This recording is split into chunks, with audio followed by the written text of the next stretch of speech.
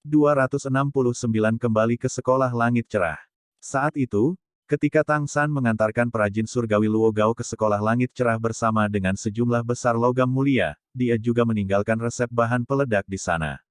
Dia sudah melakukan eksperimen, dan bahan peledak dapat sepenuhnya diproduksi di dunia ini.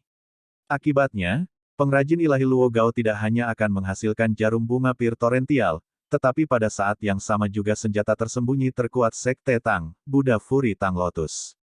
Ini adalah senjata menakutkan yang Tang San investasikan dalam penelitiannya di kehidupan sebelumnya. Secara relatif, keahlian membuat Buddha Furi Tang Lotus bahkan lebih menuntut daripada jarum bunga pir torrential, karena mencampur bahan peledak serta menempa item itu sendiri sangat sulit. Tapi, Tang San bagaimanapun juga memiliki pengalaman membuat Buddha Furi Tang Lotus, oleh karena itu cetak biru yang dia tinggalkan di Luo Gao jauh lebih akurat, sampai ke detail terakhir. Jadi, dari sudut pandang Luo Gao, membuat Torrential Pear Blossom Needle sebenarnya sedikit lebih rumit. 5 tahun telah berlalu, dan Tang San juga tidak berani memastikan bahwa Luo Gao dapat menghasilkan dua senjata tersembunyi yang luar biasa ini, tetapi memikirkan bantuan pamannya, menempanya seharusnya tidak menjadi masalah. Sekolah langit cerah terletak 300 li di sebelah timur kota Surga Dou. Di kejauhan, keluarga Tang San yang terdiri dari 4 orang sudah bisa melihat asap cerobong asap membubung dari desa kecil di pegunungan itu. Meskipun Tang Hao awalnya memberikan Tang San peta ke sini, peta itu diberikan kepadanya oleh bibi Tang San, Tang Yuehua, dia sendiri belum pernah datang ke sini. Melihat desa pegunungan kecil yang bobrok ini, mata Tang Hao bersinar dengan cahaya dingin. Belum lama ini, Sekolah Langit Cerah masih merupakan sekte nomor 1 di dunia, sekarang berkurang menjadi ini, bahkan menggunakan desa pegunungan yang rusak ini sebagai gerbang luarnya. Sebagai mantan judul Douluo terkuat Clear Sky School, suasana hati Tang Hao saat ini bisa dibayangkan. Hanya saja, tinjunya yang terkepal erat dicengkeram oleh sepasang tangan yang lembut. Tang Hao menoleh untuk melihat, hanya untuk menemukan istrinya hanya menatapnya dengan lembut. Ah Yin berkata dengan lembut, "Jangan terlalu dipikirkan, karena kamu dan putramu telah kembali, Sekolah Langit Cerah pasti akan naik ke kejayaan lagi." Melihat istrinya, wajah dingin dan kaku Tang Hao melunak, berbalik untuk mencekik tangan Ah Yin, mengangguk. "Jangan khawatir, saya baik-baik saja. Hanya, setelah jauh dari sekte selama bertahun-tahun, ketika saya akhirnya kembali saya merasa sedikit frustrasi." Tang San melihat tubuh ayahnya yang hancur, dan mau tidak mau berkata, "Ayah, jika Sekolah Langit Cerah tidak setuju untuk mengakomodasi kami akan pergi begitu tulang arwahmu dikembalikan." Wajah Tang Hao menjadi datar, berbicara dengan suara rendah. Meskipun Tang Hao hanya memiliki satu tangan dan satu kaki, ketika dia marah dia masih bermartabat. "Ya," Tang San segera setuju. Hanya saja, di dalam hatinya, tidak ada sedikit pun opini yang baik terhadap sekte tersebut. Melihat gunung di belakang desa pegunungan, dia berpikir bahwa jika semuanya berjalan lancar, itu baik-baik saja. Jika para tetua sekte itu berani tidak menguntungkan ayahnya, mereka tidak bisa menyalahkannya karena tidak memberi mereka wajah. Tepat pada saat ini, Tang San tiba-tiba melihat tatapan ibunya, melihat dukungan di matanya. Tang Hao telah memotong 2 anggota badan untuk membayar sekte, tetapi Sekolah Langit Cerah tidak pernah mendukung Tang Hao selama bertahun-tahun. Ini tidak hanya menurunkan pendapat Ah Yin tentang Sekolah Langit Cerah, bahkan melibatkan beberapa kebencian. Dia secara alami mendukung putranya. Dengan dukungan ibunya, Tang San langsung merasa lega. Tidak peduli seberapa kuat ikatan ayahnya dengan sekte, posisi ibunya bahkan lebih tinggi di hatinya. Di saat genting, ibunya pasti akan memiliki efek vital. Sambil berbicara, mereka sudah sampai di gerbang desa. Beberapa pria desa di depan segera melihat mereka. Meskipun Tang San telah datang ke sini sebelumnya, orang-orang di desa hanyalah murid luar dari Sekolah Langit Cerah. Tidak banyak orang yang pernah bertemu dengannya. Melihat 4 orang datang, seseorang segera melangkah untuk menghalangi mereka. "Silakan pergi, kami tidak menyambut orang luar di sini." Seorang penduduk desa berkata dengan dingin. Tang San mengerutkan kening. Bahkan kalimatnya persis sama dengan yang terakhir kali, tidak sedikit kreativitas. Saat berbicara, dia langsung melepaskan Clear Sky Hammer miliknya. Bahkan sebelum cahaya hitam muncul, tekanan seperti awan hitam di atas kepala sudah melonjak dari tangan kiri Tang San. Clear Sky Hammer miliknya sekarang bukan lagi Clear Sky Hammer tanpa cincin seperti dulu. Palu besar itu bahkan tampak sedikit lebih kuat daripada seagot trident hitam, dan volume kepala martil itu berukuran lebih besar dari sebelumnya. Poros juga telah diperpanjang hingga hampir 2 meter. Clear Sky Hammer saat ini bukanlah alat penempaan dari sebelumnya, melainkan palu perang sejati. Pola emas tua berkeliaran di permukaan palu hitam, terutama domain Dead God yang tertulis memberinya kabut merah darah. Agresivitasnya menyembunyikan aura kematian tirani, menyebar hampir substansial. 1 merah, 2 hitam, 3 cincin roh tersusun di sekitar Clear Sky Hammer, cahayanya tertahan, tetapi masih dipenuhi dengan kekuatan opresif yang tidak berwujud. Ekspresi beberapa penduduk desa yang menghalangi mereka secara bersamaan mengalami perubahan besar, mundur dengan panik, sampai ke gerbang desa sebelum mereka dapat menyeimbangkan diri, menyaksikan Clear Sky Hammer Tang San dipegang, mereka sudah terkejut tak bisa berkata-kata. Tang San berbicara dengan acuh tak acuh. Cepat lapor ke sekte, beritahu mereka ayah dan anak Tang Hao dan Tang San telah kembali bersama keluarga. Beberapa penduduk desa saling memandang, lalu buru-buru berlari ke desa. Tang Hao sekarang sedang memikirkan sesuatu, alisnya berkerut erat. Ah Yin berdiri dengan tenang di sisinya, memegang satu lengannya. Dari waktu ke waktu dia menatap putranya, dan setiap kali dia melihat sosok tampan yang tinggi itu, dia tidak bisa menyembunyikan ekspresi tersenyum dari matanya. Dengan putra seperti itu, apalagi yang dia inginkan? Akan selalu ada murid sekte yang ditempatkan di pos desa kecil ini. Karena penduduk desa itu benar-benar terlalu terkejut dengan Clear Sky Hammer Tang San, mereka bahkan lupa mengundang mereka ke desa. Tidak lama kemudian, satu orang berjalan keluar dikelilingi oleh penduduk desa. Orang ini mengenakan pakaian abu-abu yang familiar. Dia adalah seorang kenalan, pertama kali Tang San datang ke Clear Sky School, dia menyapanya bersama Tang Long. Tang San masih ingat bahwa ini adalah murid generasi ketiga yang beberapa tahun lebih tua darinya bernama Tang Yu. Tang Yu dengan jelas menghela nafas lega ketika dia melihat Tang San. Ini benar-benar kamu. Saya pikir murid-murid sekte luar itu menakuti saya. Halo, Tang San, selamat datang kembali.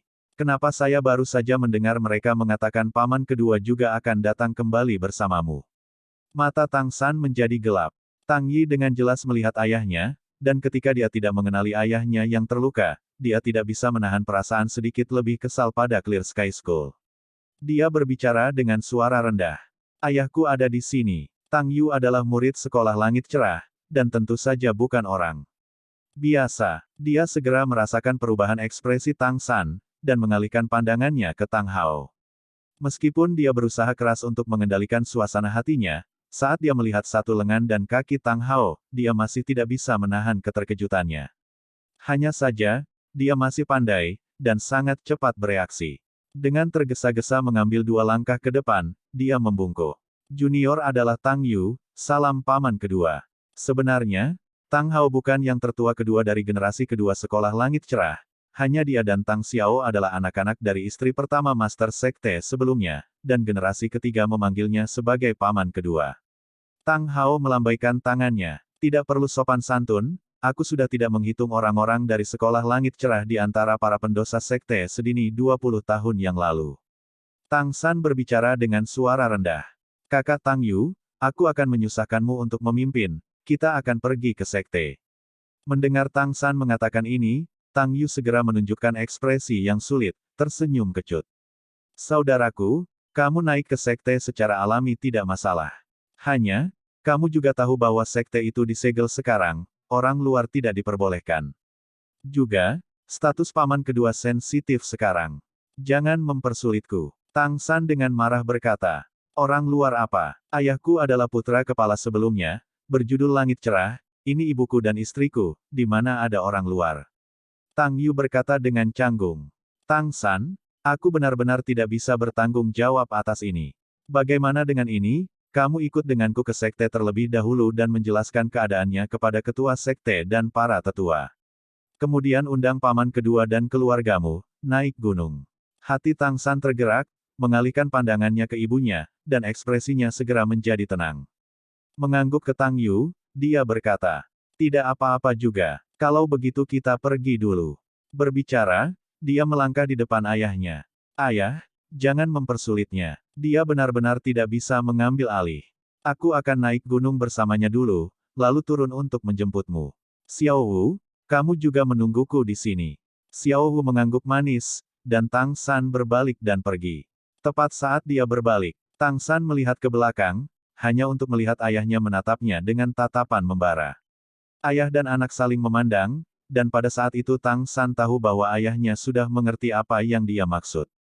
Dia diam-diam menghela nafas, memang benar bahwa tidak ada yang mengerti anak lebih baik dari ayahnya. Dia sudah menyembunyikannya, tetapi ayahnya masih melihatnya. Tang Hao menatap Tang San dalam-dalam. San kecil, perhatikan kesopanan. Pergi, kami akan menunggumu di sini. Tatapan Tang San menunjukkan sedikit keheranan. Meskipun ayahnya menegurnya, kata-katanya jelas memiliki arti khusus, dan tidak sepenuhnya menentangnya. Dari titik ini dia bisa melihat bahwa ayahnya juga tidak puas dengan sekte tersebut.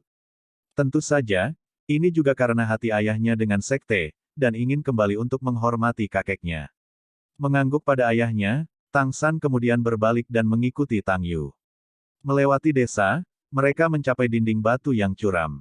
Tang Yu memanggil Tang San, lalu melompat, menggunakan depresi setiap 10 meter sebagai pengungkit, menuju puncak. Tang San tersenyum sedikit. Kali ini dia tidak mengikuti aturan seperti terakhir kali. Dengan kabur, dia sudah terbang ke atas di udara, mencapai puncak dalam sekejap mata. Dengan kultivasinya mencapai peringkat 90 dan memasuki level judul Douluo, dia dapat sepenuhnya memanfaatkan efek dari kemampuan tulang roh 100.000 tahun. Kemampuan terbang tulang kaki kanan Kaisar Perak Biru telah menjadi bagian dari dirinya, dan dia terbang lebih cepat dari seekor burung hanya. Dengan pikiran, saat Tang Yu mencapai puncak dan melihat Tang San sudah berdiri di sana menunggunya, dia tidak bisa menahan untuk menggosok matanya. Dia bahkan tidak memperhatikan bagaimana Tang San naik ke sana. Ayo cepat sedikit, agar tidak membuat ayah menunggu. Tang San mengangguk ke Tang Yu, lalu mengulurkan tangan dan meraih bahunya. Sebagai keturunan langsung dari Clear Sky School, Tang Yu secara alami juga memiliki kekuatan yang luar biasa. Dia tanpa sadar mundur, berniat untuk menghindar. Tapi siapa yang tahu bahwa telapak tangan Tang San tampaknya memiliki kekuatan tarik yang aneh. Tang Yu hanya merasakan bahunya mati rasa, dan kekuatan roh yang terkumpul secara otomatis di tubuhnya sebenarnya tertahan. Saat berikutnya, dia berteriak ketakutan saat dia terbang ke atas ke dalam kabut. Tang San langsung membawanya terbang, dan Tang Yu hanya merasakan angin pegunungan yang dingin menggigit melewatinya, telinganya dipenuhi dengan suara siulan yang tajam. Tapi anehnya, dia tidak merasa kedinginan sedikitpun. Sebaliknya dia nyaman hangat, seolah direndam dalam air hangat, sangat nyaman.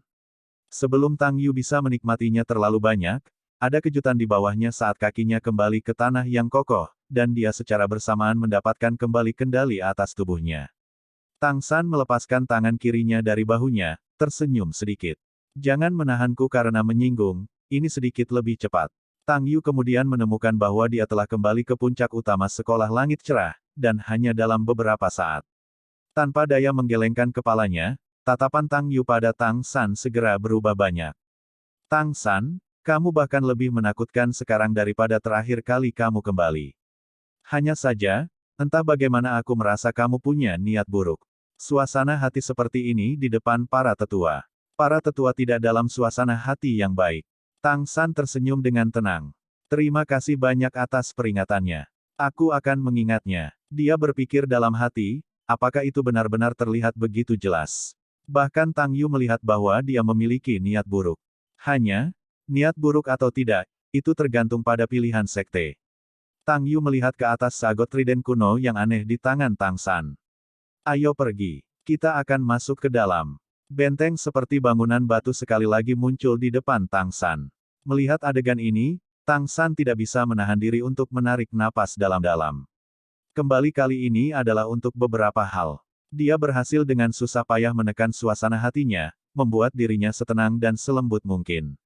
Dia tentu juga ingin semuanya diselesaikan dengan damai. Seperti itu ayahnya juga akan lebih mudah diterima oleh sekte. Tidak peduli bagaimana itu dikatakan, perasaan ayahnya terhadap sekte itu masih sangat dalam. Ketika dua pemuda yang menjaga gerbang besar melihat Tang San, mereka tidak bisa menahan diri untuk tidak menunjukkan keterkejutan. Mereka berdua telah melihat Tang San, dan saat itu Tang San telah menunjukkan kekuatannya kepada Sekte Langit Cerah, mengalahkan 40% kekuatan roh sesepuh ketujuh, meninggalkan para pemuda ini dengan kesan yang mendalam. Meskipun Tang Long dan Tang Hu selalu menjadi pemimpin generasi ketiga, di antara murid generasi ketiga dan keempat ini, Tang San selalu dikenal sebagai generasi ketiga nomor satu. Oleh karena itu, mereka tidak memiliki pemikiran sedikit pun untuk memblokir Tang San ketika mereka melihatnya, minggir dengan tatapan yang agak mengagumi. Memasuki sekte, Tang Yu berkata, "Aku akan membawamu untuk duduk di ruang tamu dulu, lalu aku akan segera memberi tahu Master Sekte." Tang San mengangguk. "Baiklah, kalau begitu aku akan merepotkanmu." Tang Yu tertawa. "Kami bersaudara, jangan sopan. Kami semua mengagumi kekuatanmu. Jika ada kesempatan, beri aku beberapa petunjuk." Tang San tersenyum tanpa berbicara. Tang Yi membawanya untuk duduk di ruang tamu, lalu segera berbalik dan pergi untuk melapor. Ruang tamunya sangat besar, cukup untuk 50 orang membicarakan bisnis pada saat yang bersamaan. Saat ini, pikiran Tang San mau tidak mau tenggelam dalam dendam antara ayahnya dan sekte tersebut. Bisnis saat itu benar-benar merupakan bencana yang dibawa ayahnya ke sekte, tetapi ini juga hanya dari sudut tertentu. Apakah ayahnya melakukan kesalahan? Melindungi istrinya? Apa yang salah dalam hal itu? Itu adalah Spirit Hall yang melampiaskan amarahnya pada Clear Sky School. Saat itu Tang San awalnya berpikir bahwa itu adalah bencana yang dibawa oleh ayahnya ke sekte tersebut, dan juga pernah percaya bahwa ayahnya berkewajiban untuk menerimanya. Tetapi selama bertahun-tahun ini, menjalani begitu banyak pengalaman dan berhubungan dengan Spirit Hall, dia sudah mengerti bahwa bahkan jika bukan karena apa yang terjadi saat itu, Spirit Hall masih tidak akan membiarkan Clear Sky School lolos. Dan pada saat itu, sekte tersebut memilih untuk mundur daripada menghadapi serangan. Jelas, aula roh sangat kuat, tetapi menurut apa yang dikatakan oleh 4 kepala klan atribut tunggal, saat itu sekolah langit cerah juga berkembang. Jika mereka bisa bergabung dengan Blue Lightning Tyrant Dragon Clan dan Seven Treasure Glazed Tile School saat itu, Spirit Hall mungkin tidak akan berani bertindak. Bahkan jika mereka melakukannya, hasilnya tidak akan lebih buruk dari sekarang. Dari 3 besar dari 7 sekte besar, sekarang 1 sudah mati, 1 hancur, 1 tersembunyi. Sekolah langit cerah benar-benar tidak bisa lepas dari tanggung jawab. Sebagai sekte nomor 1 di dunia, mundur sepanjang jalan hanya untuk keuntungan sekte itu sendiri, meninggalkan Spirit Hall untuk berkembang lebih tidak bermoral, sampai situasi hari ini dengan kekaisaran roh memalingkan hidung mereka ke kerajaan Heaven Dow dan Star Luo. Dari sudut pandang ini, kesalahan apa yang sebenarnya dilakukan ayahnya saat itu? Sekte itu tidak hanya menyatakan memutuskan hubungan dengan ayahnya, tetapi juga mengakhirinya dengan persembunyian. Para tetua itu bahkan secara keliru menyalahkan ayahnya. Bisakah mereka benar-benar menyalahkan ayahnya? Selama 25 tahun ayahnya selalu hidup dalam depresi, dan akhirnya bahkan memutilasi dirinya sendiri untuk membalas kebaikan sekte dalam membesarkannya. Memikirkan hal ini, Tang San tidak bisa menahan diri untuk mengepalkan tinjunya. Ayahnya tidak salah, sekte itu. Pikiran ini menyebar tak terkendali di benaknya. Tepat ketika dia sedang merenung, tiba-tiba, suara kejutan yang lembut bergema. "Ini kamu kembali."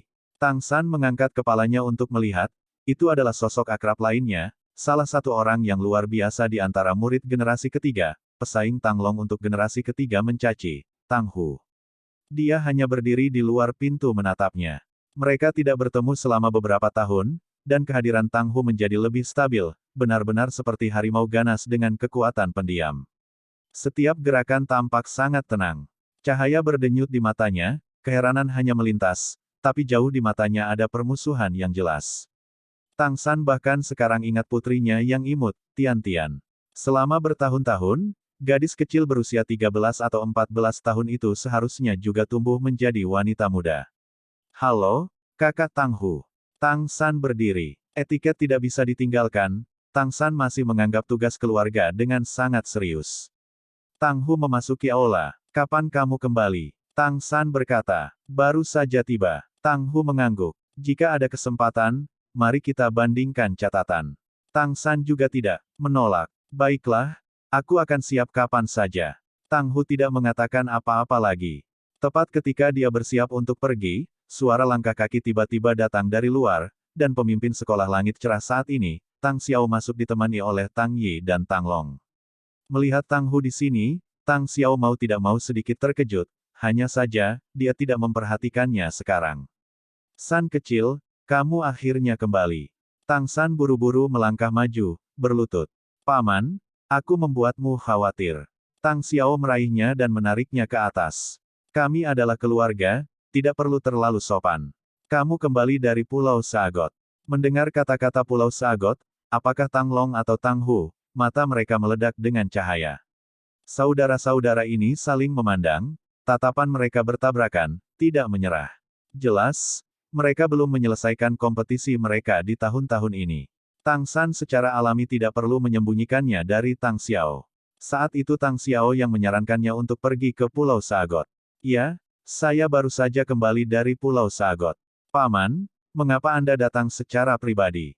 Memanggil saya di sana baik-baik saja. Tang Xiao tertawa. Tidak bisakah aku senang kamu kembali? Bagus kamu kembali, bagus kamu kembali. Tang San bertanya, Paman, kali ini aku kembali dengan harapan menawarkan ritus untuk kakekku. Ayahku juga datang. Ekspresi Tang Xiao yang awalnya masih tersenyum langsung membeku, dengan keras meraih bahu Tang San. Apa yang kamu katakan? Little Hao kembali juga. Ekspresi Tang Xiao jelas bersemangat, hampir tidak bisa mengendalikan dirinya menatap Tang San, tapi matanya langsung memerah, suasana hatinya sangat tidak stabil. Tang San berkata, ya, Paman, ayah kembali ke sekte bersamaku kali ini, berharap dikenali kembali di sekte dan menawarkan upacara untuk kakek. Tang Xiao menarik napas dalam-dalam, dengan paksa menekan suasana hatinya. San kecil, apakah kamu masih ingat persyaratan yang diajukan para tetua untukmu saat itu? Tang San mengangguk. Tentu saja. 3 persyaratan. Pertama, berkultivasi ke peringkat 80 atau lebih tinggi, memiliki kekuatan tingkat spirit Douluo. Kedua, dapatkan cincin roh 100.000 tahun. Ketiga, bunuh judul Aula Roh Douluo. Tang Xiao berkata, kalau begitu itu berarti, kamu sudah. Tang San mengangguk lagi. Ya, Paman, ayahku masih menunggu di luar gunung, bisakah kamu mengumpulkan para tetua sekarang? Kamu juga tahu bahwa ayah memutuskan 2 anggota badan, saya tidak ingin membuatnya menunggu terlalu lama. Tang Xiao sedikit terkejut dengan serangkaian berita Tang San, dan Tang Long, Tang Hu dan Teng Yu di sebelahnya tampak lebih terkejut pada Tang San. Dengan apa yang dikatakan Tang San, maksudnya dia sudah memiliki kekuatan level Spirit Douluo. Berapa usianya? 25? Atau 26? Sudah Spirit Douluo. Ini? Bagaimana ini mungkin? Tang Xiao memandang Tang San, dan terkejut mengetahui bahwa dia sebenarnya tidak bisa melihat melalui keponakannya ini. Dia berbicara dengan nada pelan. San kecil, ini bukan masalah kecil. Kamu juga tahu seberapa besar bisnis ayahmu memengaruhi sekte saat itu. Kesalahan yang ditempa besi, itu bukan masalah kecil. 10 tahun masih belum selesai, apakah kamu yakin sudah menyelesaikan 3 persyaratan? Bukankah lebih baik aku pergi menemui ayahmu dulu? Paman, apakah itu benar-benar kesalahan ayahku saat itu? Bahkan jika bukan karena itu, jangan bilang bahwa Spirit Hall akan membiarkan Clear Sky School kita pergi. Tang Xiao tampak terganggu, kemarahan segera muncul di matanya. San kecil, apakah kamu tahu apa yang kamu katakan? Meskipun ayahmu adalah adik laki-lakiku, aku masih tidak bisa melindunginya. Jika dia tidak membunuh roh aula tertinggi Paus saat itu, bagaimana aula roh? Akan berbalik melawan kita dengan mudah. Ini sudah diputuskan sejak lama, perintah untuk mengusir ayahmu diturunkan oleh kakekmu. Ini masalah yang sangat memprihatinkan. Kamu hanya seorang murid generasi ketiga, jika kamu mengatakan itu di depan para tetua, bahkan kamu mungkin. Tang San menarik napas dalam-dalam, menatap Tang Xiao. Maaf, Paman, saya terlalu impulsif. Hanya saja, saya benar-benar telah menyelesaikan 3 persyaratan yang diberikan para tetua kepada saya saat itu. Saya masih akan menyusahkan Anda untuk mengumpulkan para tetua. Mereka berjanji bahwa jika saya bisa melakukan ketiganya, hal-hal dalam 10 tahun, mereka tidak hanya akan membiarkan saya menawarkan upacara kepada kakek, mereka juga bisa membiarkan ayah saya kembali untuk menawarkan upacara. Mengandalkan kekuatan mental tingkat tak terbatas, kemampuan Tang San dalam aspek mental berada di atas bahkan ini mungkin peringkat 97 pamannya. Dia sangat bisa merasakan betapa bersemangatnya pamannya sekarang, Itu adalah emosi yang benar-benar tulus. Tang San pernah meragukan bahkan pamannya. Bagaimanapun, ayahnya dikeluarkan dari sekte, dan pamannya adalah orang yang paling diuntungkan, dan saat itu pamannya juga menyukai ibunya, jadi dia tidak bisa mengesampingkan kemungkinan balas dendam cemburu. Meskipun dia mengajarinya Clear Sky Nine Absolutes, Tang San masih tidak bisa sepenuhnya menghilangkan kewaspadaannya terhadap pamannya. Hanya saja, ketika dia kembali kali ini pikirannya telah berubah. Seseorang bisa berpura-pura suasana hatinya, bisa berpura-pura kekuatannya, dan juga berpura-pura sopan santun. Tapi fluktuasi mental tidak bisa dipalsukan. Meskipun tidak mungkin bagi Tang San untuk melihat ke dalam hati Tang Xiao, ketika dia berbicara, dan terutama ketika dia mendengar ayahnya kembali, fluktuasi mental dan suasana hatinya benar-benar bulat, sangat tulus. Itu adalah perasaan kasih sayang yang padat dalam rasa sakit. Dia ingin melihat ayahnya, tetapi juga tidak ingin melihat ayahnya kembali ke sekte untuk dikecam oleh para tetua dan murid sekte, yang bisa dipahami Tang San. Itu juga hanya karena keraguannya terhadap Tang Xiao sepenuhnya dihilangkan. Bisnis ayahnya sebaiknya diperjelas di hadapan para tetua sekte. Setelah Tang Xiao bergumam singkat pada dirinya sendiri, dia perlahan mengangguk. Karena itu masalahnya, maka baiklah. Tang Long, di sini. Tang Long buru-buru menjawab dengan hormat. Tang Xiao berkata, serahkan perintahku, kumpulkan 5 tetua di ruang tamu untuk membahas urusan. Iya, Tang Long menjawab, dan buru-buru berbalik untuk pergi. Sebelum dia pergi, dia masih berpikir untuk melirik Tang San, tatapan yang agak mengagumi. Meskipun Tang Long masih belum punya waktu untuk berbicara dengan Tang San, dia masih sangat terkejut bahwa Tang San sudah mencapai peringkat 80. Hanya saja, dia percaya bahwa Tang San sama sekali tidak akan bercanda dengan hal seperti itu. Tak lama kemudian, sosok 5 tetua berjalan dalam barisan. Sama seperti dulu ketika Tang San pernah bertemu dengan 5 tetua, tetua kedua berjalan paling jauh di depan, dan tetua ketujuh di belakang. Ketika mereka melihat Tang San, mereka setuju secara kebetulan untuk mengungkapkan keheranan, saling memandang.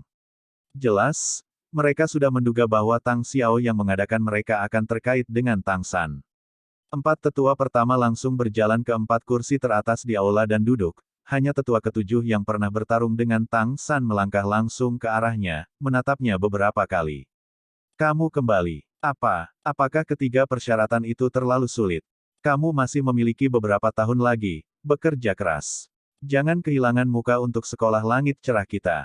Tepat pada saat ini, Tang San mengatakan sesuatu yang sangat mengejutkan sehingga bahkan ekspresi Tang Xiao dan semua tetua Clear Sky School membeku secara bersamaan. Apakah sekolah langit cerah masih kehilangan muka? Apa katamu? Penatua ketujuh yang paling dekat dengan Tang San langsung marah, telapak tangan menamparkan wajah Tang San. Tang San dengan lembut melambaikan seagot trident di tangan kanannya, hanya menghalangi telapak tangan tetua ketujuh saat itu menyerang. Sebuah dentuman teredam bergema. Tang San tidak bergerak sedikit pun, tetapi telapak tangan tetua ketujuh dipantulkan kembali ketika mengenai poros. Untungnya dia tidak menggunakan kekuatan penuhnya, atau dia mungkin harus mundur beberapa langkah untuk menjaga keseimbangannya.